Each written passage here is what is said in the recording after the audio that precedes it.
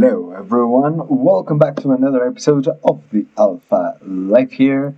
We are going to try out a little bit of the current event that's going on, which is the Crimson Harvest. Now, there is a little bit of a problem. We are Alpha, and if anyone is starting up and maybe we don't have the best skills, you will see that it's pretty difficult to run. You know, a lot of people that run this event run it in high-sec, at least run it in Marauders, which are extremely high-skill battleships, and they do an extremely amount of damage. Let's just see in the ship tree which one is a Marauder. This one, for example, the Kronos for Galente pilots. So, as you can see, you need to be Omega to be able to fly one of those. We could try to run it in a Megathron Navy issue, but as you can see, it's half a billion, just on the purchase of the hull. So, the good thing about this event is that you can either run it through combat sites or you can run it through scanning sites. And we are going to be doing exactly that. As you can see, I have done a few sites already, and we got some pretty good loot. Let me just show you. This is the loot that I got after exactly 60 minutes of running it. Of course, you need to be aware that you're gonna spend a lot of warping around, and some systems you will actually find have absolutely nothing. A lot of systems. So most of the time you will be jumping from system to system, but in order to do that and to be good on the sites and relatively fast, because a lot of people, especially in high-sec, are going to be competing for the sites, you need to have a fit. Now, I'm going to be running them in the Galente exploration ship, which is the Imicus, but you can definitely run it in any exploration ship, and we have some different fits in order to be able to show you that. But as you can see, it's been definitely worth it. That 1 hour of my time absolutely paid for the ship to around 200 times. So we are absolutely sure that we're gonna want to run this event, even if it's just the exploration sites, only because those combat sites either are usually run in Marauders or in some cruisers, but Tech 3 cruisers, I believe, is what people usually run them. Yes, in strategic cruisers. So, as we do not have access to any of those, we will not be competitive enough in high-sec to actually run them in high-sec with just a battleship, and well, there's going to be a lot of competition on high-sec, and we don't really want to risk an expensive ship taking it to low-sec to run this event, because someone is definitely going to hunt us down. Because one of the things about the Crimson Harvest is that there is a 90% loot drop. If you kill someone or if someone kills you, in that wreck there is going to be 90% of the stuff. So if you spend a lot of money on a ship, take it to low-sec to run these sites and get killed, it's definitely worth more the time of the person that killed you to actually do it. So how are we gonna try to get all of this stuff?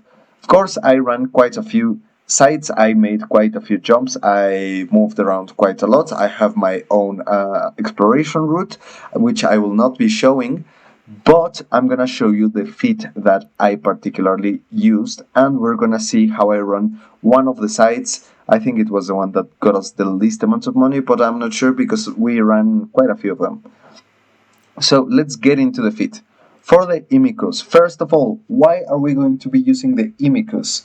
Well, because it's the Galente frigate, the Galente exploration frigate. Now, what does that mean? That means a 7.5 bonus to core and combat scanner probe strength, 5% reduction in salvager, that we don't care about, and plus 5 bonus to Relic and Data Analyzer virus strength. Now, these are going to be great because they are going to help us do the scanning and do the hacking a lot faster and be better at it. Remember, in the minigame, the hacking, the virus strength will be the damage that you do to the nodes, and since the main node has 90 health, we really need as much help as we can get. Next up, we're gonna just take a quick look at the skills that we can train as an alpha to help us do this as fast as possible. Luckily, the scanning skills are gonna be really limited for alpha characters, but you can still, as you saw, make a pretty good penny. Really good amounts of ISK just with an hour. 200 million is absolutely amazing, so you can absolutely do it, but you need to have max alpha skills, which aren't even that high.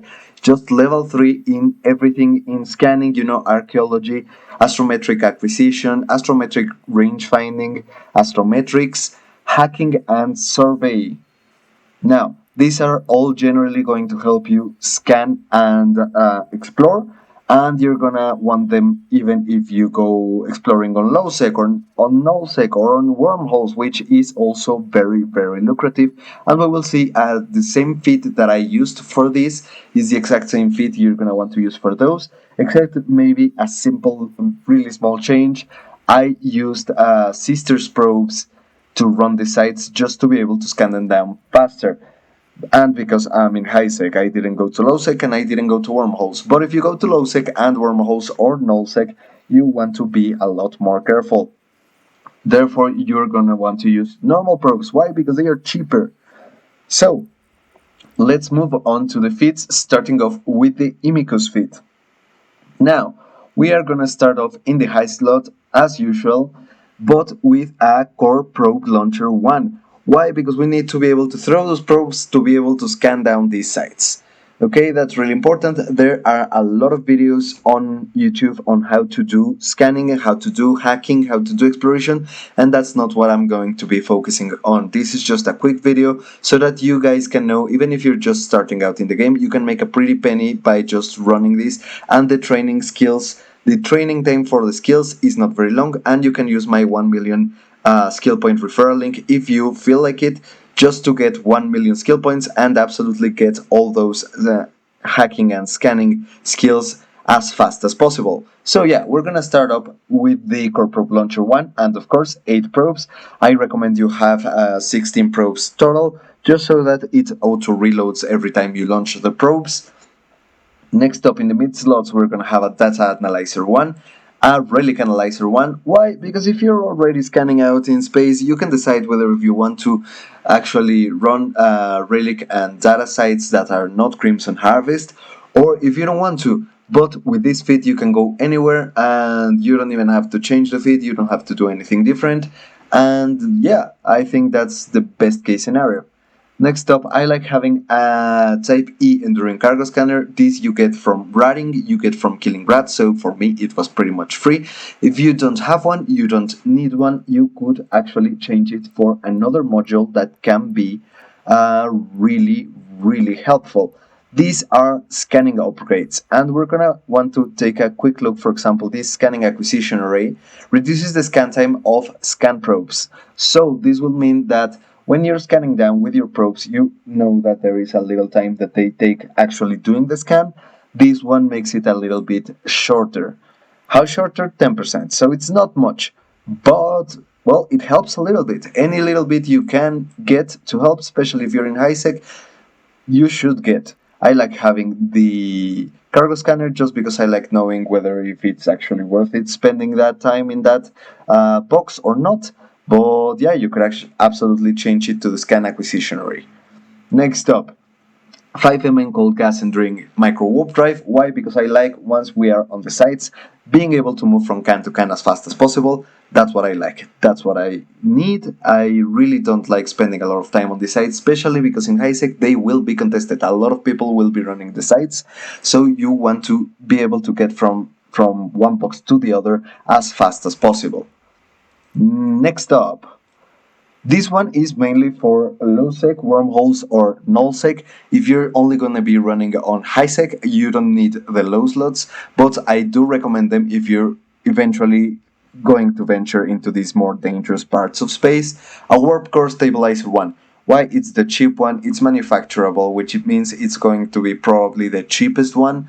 And yeah, this one, if someone catches you, if you accidentally warp into somewhere you were not supposed to, with the warp core stabilizer, if you are pointed, which means you're warp disrupted, this module can actually help you if you activate it. It can help you break that lock and actually warp out. So that's really good, especially if you're going into dangerous parts of low-sec, null-sec, or wormhole space, or if you just screw up a little bit and get yourself into a site that you shouldn't necessarily be in, and someone scrams you, a rat scrams you, or something like that, you can actually get out without much of a problem.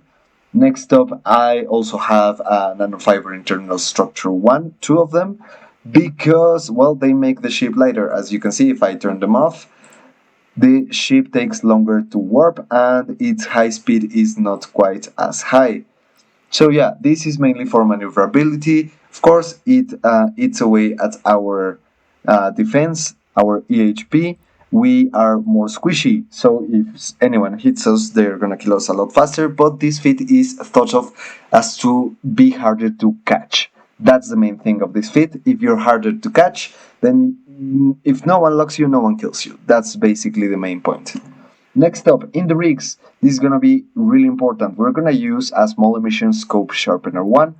Why, you might think? Well, increase efficiency of a ship's relic module. So relic hacking is gonna be better, and I am using the gravity capacitor upgrade 1, which is designed to increase a ship scan probe strength. Why? Because I was mainly using this particular feat to run sites before data sites were similar in value to relic sites. So what else could you use? You could use this one, small memetic algorithm bank 1. So this one is to help you with the efficiency of the data module, so your data hacking is going to be a little bit better. But yeah, you can absolutely change those up. I'm gonna list this particular feat in the description below, but you can absolutely see any of the ships that we will be doing and of the ships that I will be showing, because yes, I have saved quite a few of them because the other empires have other feats that are very important. As usual, now we're going to move on to Minmatar. Why? Because I like Minmatar, they look really cool, and yeah, let's move on. The high slot is basically the same, 1 core probe launcher 1, and 8 core scanner probes. I recommend 16, as always. Microwarpdrive 5 men, 1 data analyzer 1, 1 relic analyzer 1. Again, the cargo scanner, you can change it for the range finding array. Nanofibers, and an accord, because this one drops from rats, or you could just use the tech one and it's a little bit cheaper. And of course the exact same rigs. So you can definitely make a pretty similar fit with pretty much everyone. Now, the Magnate, the Amar one, is gonna be a little bit different. Why? Because it has only 3 mid slots, and that means we're gonna have only space for the Microwarpdrive, the data, and the relic analyzers. Now we are going to use nanofibers and the core compensation or the warp core stabilizer. Why? Because we want to use those low slots as much as possible to get as fast as possible and to get away as much as we can. So that's the main difference with the Amarian ship, the Amarian scanning ship. Next up, the Heron, which is and has been for many the preferred scanning and exploration ship. You need to, of course, train up the different empires to use these different ships, and for a lot of people this is the de facto best exploration ship, at least for alphas, at least on the chip. But as you can see, this one is quite a bump on the price, 1.5 million, when the rest of them have been around 1.1, 1.2 at a maximum. Why is this? Well, because this one has 5 mid slots. So we're gonna start off in the high slots with the core probe launcher 1, the 8 probes, the 5MN Microwarpdrive, data, relic analyzers, a cargo scanner, and a scan acquisition array 1, which was the one I gave you as an option if you didn't want to have the cargo scanner. You can actually fit also this one, or you could even take out the cargo scanner and put up a scan pinpointing array. So, oh no, this one is for Omegas only. This one, the scan range finding array. This one will help you with the scanner probe with the probe strength, and that means that you will effectively be able to scan down faster. So whichever you prefer is gonna be up to you. Of course, it only has two low slots, the Nanofiber and the warp core stabilizer, and that's it. Well, of course, the rigs, the exact same rigs as before. A lot of people really enjoy this fit and really prefer this one. So it's time we got out there in our exploration ship, our great, perfect, beautiful, and magnificent Imicus. As you can see, we have a very pretty skin despite this ship being extremely ugly. I really don't like the way it looks, but well, it looks a little bit better with the skin. So yeah, let's go out there and let's check out one of the sites that I ran. I think it was the one that got us the least amount of money when I was just starting to run the sites.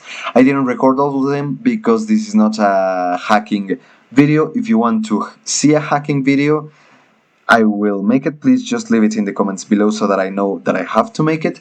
And yeah, I'm sorry I didn't get any alpha fits for this event. I wasn't exactly prepared.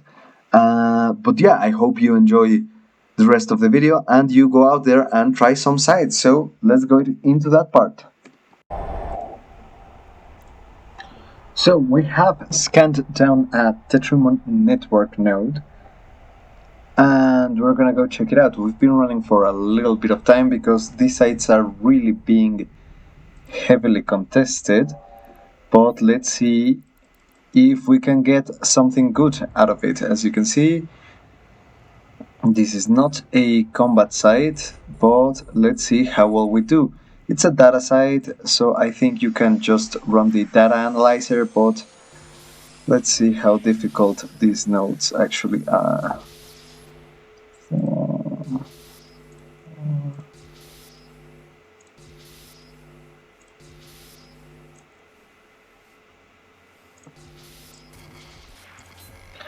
Okay, we got something good there.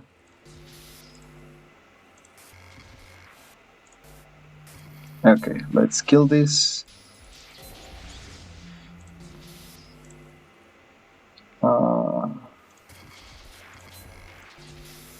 Oof.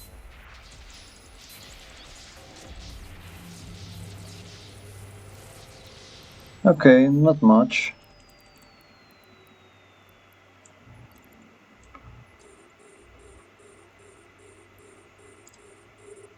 Oh no, it's that one. So yeah, so far they are not so difficult, and now that I have said that, of course, we get something difficult to kill. Okay.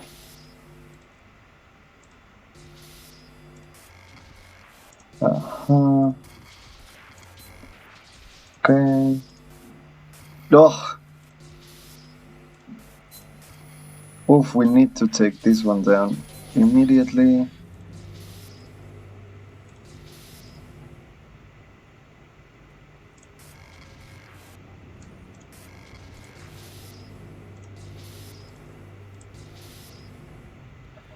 Three, four. Oof, this one has been an absolute bust. Oh, okay. So we're gonna try again. You can fill these cans twice. I think these ones don't destroy themselves. But you can only run them so many times. Okay.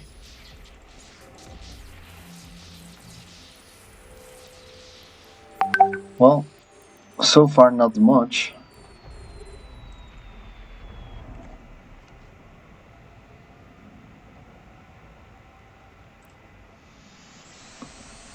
Let's see. 5, 5, 5.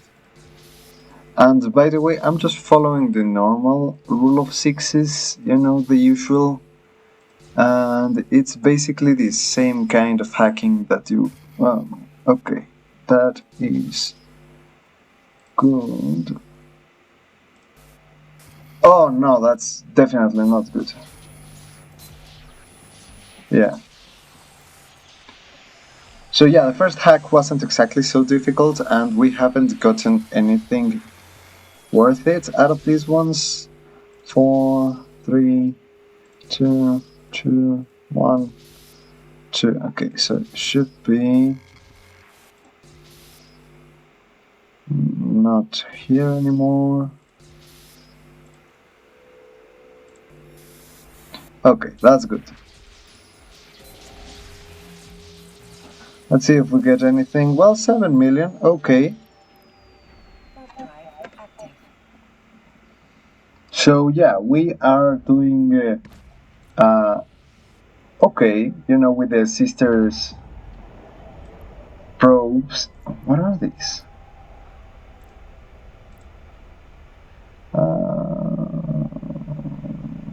Okay. So how can we sell these?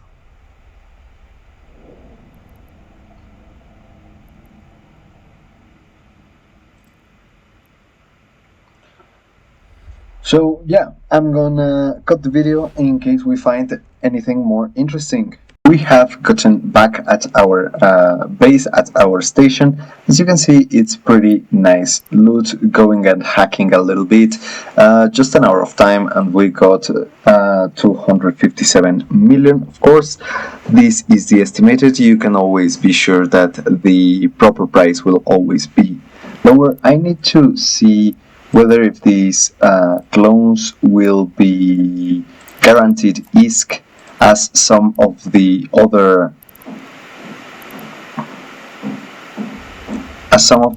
loot is. For example, these overseers personal effects are guaranteed ISK, but yeah, it's a really good earnings, and we get some stuff for industry, as you can see. And if you don't do industry, you can always sell it. You will get also some of these filaments, some blueprints to do some stuff. You can sell these in contracts, or you can just build stuff yourself, as you can see. For example, with this one, this large micro jump drive, a blueprint, you can actually just check the prices, see the total estimated price of the materials, and check out the price of the product itself, and decide whether or not it's actually worth making it. You can also, these ones cannot be sold on the market, but they can be found in contracts. And as you can see, for example, this one goes for 1 million, 3 million, 6 million. So maybe just wait around a little bit for the event to be over and then sell them in contracts, and they will be worth a little bit more. And the skins are pretty nice. For example, this Celot one. This Celot is only Omega, but as an alpha you can absolutely sell these skins, and they can be worth a pretty penny. For example, this Vexor Deathglow Remnant skin I think is really cool, but I already have one. So what I'm gonna do is I'm gonna sell this one and just continue to have the other one as a permanent skin. But yeah, you can actually make a pretty penny just from this event and kick off your EVE career with very low skill point investment and very low ISK investment, and have a great time. Get that ISK incoming for other feats, maybe for your cruiser feats or something like that. But yeah, it's really nice, and I really wanted to pop out this video as fast as possible. Again, sorry I don't have a combat sites fit ready. I actually have a practice that I would like to try on that, but it's definitely not for beginners. So yeah, thank you also very much for watching. This has been the Alpha Life. I hope you like the video, and I will see you in the next one.